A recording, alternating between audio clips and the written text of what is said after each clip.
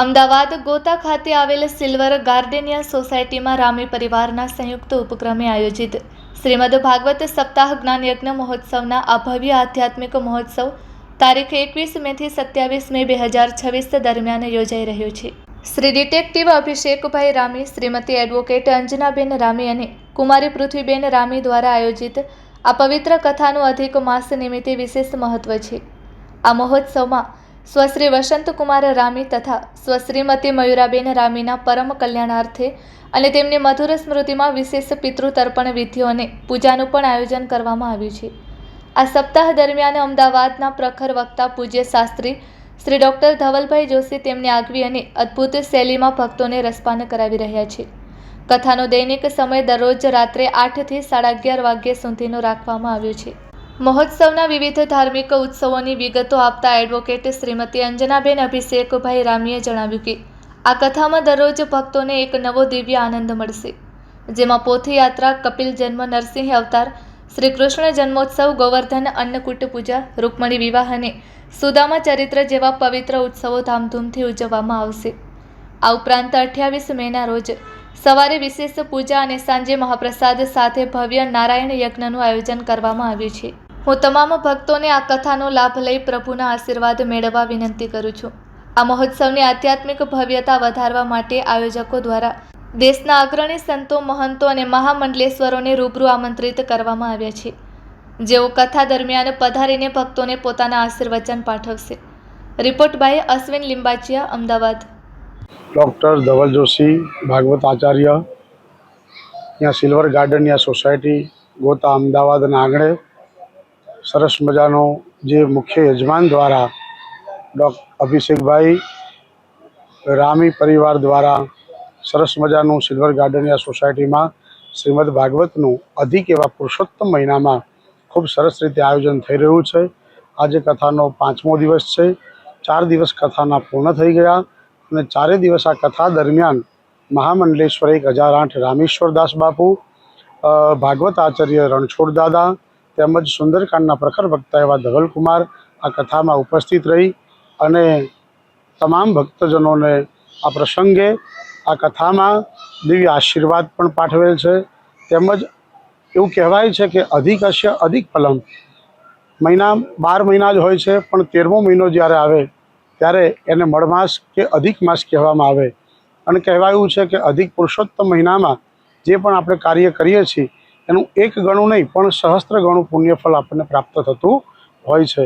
અને આજે માત્ર અને માત્ર આ અધિક પુરુષોત્તમ મહિનામાં જે સોસાયટીમાં કથા થઈ રહી છે એ કેવળ ઉદ્દેશ કે આપણા નાના નાના જે ભૂલકાઓ છે, બાળકો છે, એને સારા સંસ્કાર પ્રાપ્ત થાય અને એને સારું જ્ઞાન પ્રાપ્ત થાય, બસ એ જ ઉદ્દેશને લઈ અને જે પરિવાર દ્વારા આ ભાગવત કથાનું આયોજન થયું છે એ પરિવારના પણ આપણે બધા ખૂબ ખૂબ આભારી છે। મારા જય શ્રી કૃષ્ણ। મારું નામ ડિટેક્ટિવ અભિષેક રામી છે। આ પુરુષોત્તમ માસની અંદર ભાગવત સપ્તાહ કરવાનો અમને બહુ સરસ ભગવાને અવસર આપ્યો છે। આ ભાગવત સપ્તાહ પહેલાં મને એવું હતું કે આ ભાગવત સપ્તાહ કૃષ્ણ ભૂમિમાં જેમ કે દ્વારકા કે ડાકોર રાખું, તો પછી મને એવો વિચાર આવ્યો કે આ ભાગવત સપ્તાહ અગર હું મારી સોસાયટીમાં જ કરું તો મેક્સિમમ મારા આજુબાજુના પાડોશીઓ અને આ ભાગવત સપ્તાહનો લાભ લઈ શકે અને આ અમારી જમીન પવિત્ર થઈ શકે। એના માટે ભાગવત સપ્તાહનું મેં મારા સોસાયટીમાં પ્રસ્તાવ મૂક્યો તો સોસાયટીએ મને બહુ સરસ રીતે આવકાર્યો અને સોસાયટીના સહયોગથી આજે અમે ભાગવત સપ્તાહનો આજે 5મા દિવસ સુધી અમે પહોંચ્યા છીએ। નિયર અબાઉટ 700 થી 800 માણસ અમારે ભાગવત સપ્તાહ સાંભળવા માટે આજુબાજુમાંથી અને સોસાયટીમાંથી પણ બી લોકો આવે છે અને ઇવન આ ભાગવત સપ્તાહની અંદર ઘણા સંત મહાત્માઓ પણ બી અમારા ભાગવત સપ્તાહમાં સાંભળવા માટે આવ્યા છે, જેવા કે 1008 મહામંડલેશ્વર રામેશ્વર દાસ બાપુ જે સ્પેશિયલી ઉજ્જૈનથી આવ્યા છે, જે એમના સોસાયટીમાં આવી અને એમના પાવન પગલાં અમારી સોસાયટીમાં પાડ્યા અને એમને ખૂબ બધાને આશીર્વાદ આપ્યા। એની સાથે સાથે રણછોડદાસ બાપુ જે પોતે ડીસાથી છે, જે પોતે પણ વક્તા છે અને એ આણંદથી પોતાની કથાને વિરામ આપીને અમારી કથામાં પોતે મુખ્ય અતિથિ તરીકે આવ્યા અને જે બીજા પણ બી સુપ્રસિદ્ધ ધવલભાઈ મહારાજ જે પોતે સુંદરકાંડના વક્તા છે, જે દેશ વિદેશમાં એમની સુંદરકાંડના વક્તા માટે બહુ ફેમસ છે, એ પણ બી અમારી સોસાયટીમાં આવી અને અમને બધાને આશીર્વાદ આપ્યા અને અમને બધાને અહોભાગ્ય કર્યા। આજે અમારા 5મા દિવસમાં અમે ગોવર્ધન પર્વતનું અને અન્નકૂટનું અમે આયોજન કરવાના છીએ. આવતીકાલે અમારી સોસાયટીમાં ભગવાન શ્રી કૃષ્ણના રૂક્ષ્મણી માતાના વિવાહનું આયોજન કરવા જઈ રહ્યા છે, જેમાં હું પોતે મને ભાગ્ય એવું મળ્યું છે કે હું પોતે કન્યાદાન કરવાનો છું, મા રૂક્ષ્મણીનું કન્યાદાન કરવાનો છું. અને આ ગઈકાલે મને ભાગ્યથી કૃષ્ણ જન્મ મહોત્સવની અંદર વાસુદેવ ભગવાનનો મને કિરદાર નિભાવવા મને મળ્યો, જેનો મારા ખૂબ જ અભાગ્ય કે મને આ બધા આવા કાર્યો કરવા મને મોકો મળ્યો છે. અને આ ભાગવત સપ્તાહનો મેઇન પર્પઝ અમારો એ છે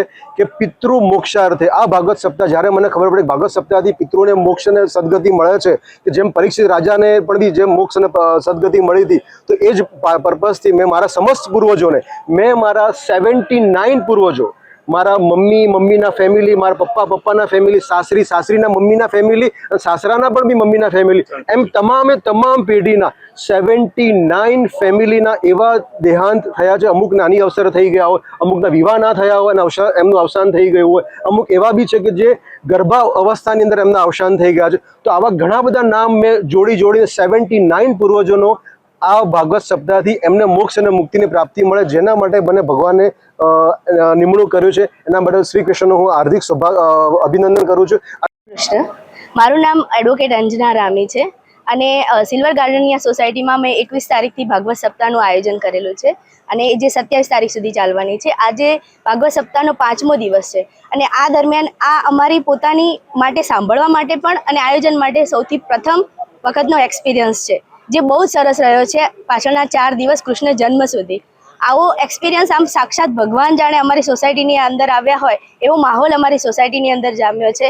અને અત્યારે જે દિશામાં બધા અમારી ઉંમરના યુવાનો કે જે જઈ રહ્યા છે, તો એમાંથી એ પોતાના ધર્મ તરફ વળે એ માટે અમે પ્રયત્ન કરીએ છીએ. આ